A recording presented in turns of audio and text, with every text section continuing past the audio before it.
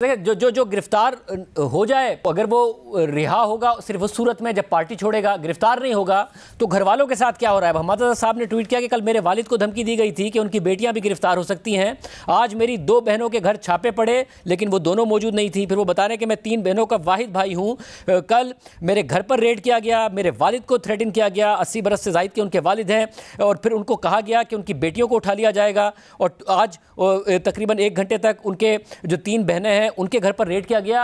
अब ये सब कर रहे हैं। जो गिरफ्तार है उसे रिहाई इस बात पे मिलेगी कि पार्टी छोड़ो, जो गिरफ्तार नहीं है उनके घर वालों को तंग किया जा रहा है। नहीं शाहजेब, मामला ये है कि अब आप चौधरी परवेज़ इलाही साहब का मामला देख लें, बाकी इन सब के मामलात को आप देखें। मामला ये है कि जब इन्होंने एक जो है वो नफ़रत की सियासत, इंतकाम की सियासत, बाकायदा इन्होंने जो है वो मनसूबा बंदी की, बाकायदा प्लानिंग की, लोगों को इस मकसद के लिए तैयार किया, और उसके बाद जो है 9 जुलाई को इन्होंने बाकायदा तौर पे जो है वो जो अपना आर्मी की इंस्टॉलेशंस हैं उनके ऊपर हमले किए। और उसकी जो एविडेंस जो है वो पूरी मौजूद है कि इसके लिए ये पूरी तैयारी कर रहे थे, पेट्रोल बम बनाने की ट्रेनिंग ले रहे थे।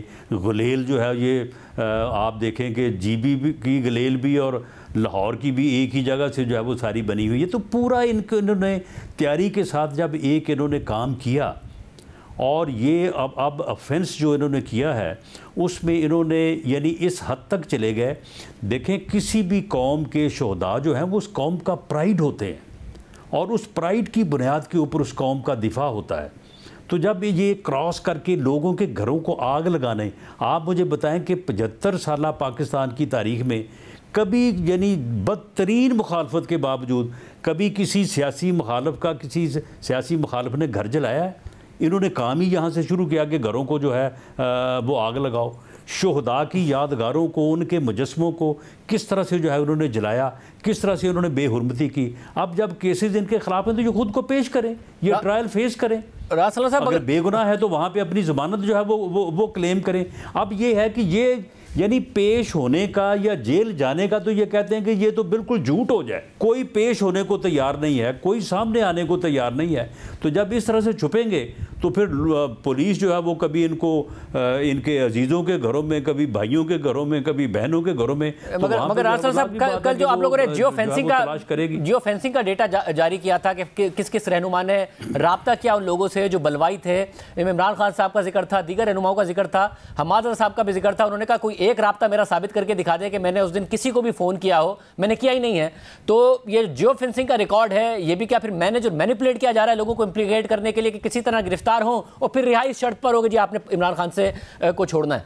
नहीं, मामला ये है कि अगर इनकी गिरफ्तारी होती है, गिरफ्तारी के बाद ये जेल जाते हैं तो ये जाएँ ना, अदालत में जाएँ, अपना इन्वेस्टिगेशन में अपना ऑफेंस जो है वो उसको जो है वो फेस करें। मामला ये है कि इनके ख़िलाफ़ जो एविडेंस है, एविडेंस इस हद तक मौजूद है कि ये पूरे साल पे एविडेंस मुहित है।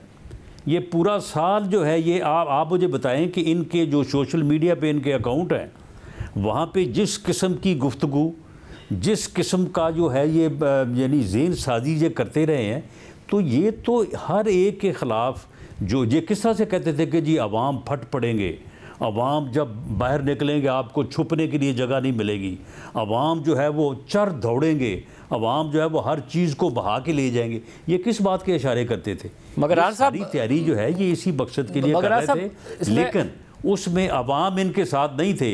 यही जो चंद 100 लोग हैं जिनको उन्होंने ट्रेंड किया था वो उस दिन उसके मुताबिक निकले हैं, और उन्होंने ये जुर्म जो है ये बाकायदा मनसूबाबंदी से, प्लानिंग से जो है वो उन्होंने ये किया है। सब ये फिर ये सहूलत फिर अगर ये सारी मनसूबाबंदी सीनियर रहनुमाओं ने की थी और ज़ाहिर एग्जीक्यूट ग्राउंड के वर्कर ने किया था, अगर सीनियर रहनुमाओं के लिए ऑप्शन मौजूद है कि पार्टी छोड़ो वरना यह सबूत मौजूद है और मिलिट्री कोर्ट में ट्रायल होगा, तो गरीब कारकुन के लिए फिर ये ऑप्शन क्यों मौजूद नहीं है जिनके मिलिट्री कोर्ट में भेजे जा रहे हैं? उन्हें भी ये ऑप्शन दिया जाए कि जी आप डिस्टेंस इख्तियार करें तो आपके लिए भी रियायत मौजूद है। ये सबूत होने के बावजूद जो सीनियर रहनुमाओं के लिए सिर्फ रियायत है? नहीं, देखें, जो इन्वेस्टिगेशंस हो रही हैं, जो इनके मुतल्लक जो है वो सबूत सारे इकट्ठे हैं, मैंने जिस तरह से अर्ज़ किया है कि कोई ज़रूरी नहीं है कि सब के केस मिलिट्री कोर्ट में चलें, ऑर्डिनरी कोर्ट्स में भी जो है वो केस चलेंगे। तकरीबन 282 FIRs दर्ज हुई हैं, उनमें से 105 जो हैं वो ATA कोर्ट में चलेंगी और बाकी जो ऑर्डिनरी कोर्ट में चलेंगी।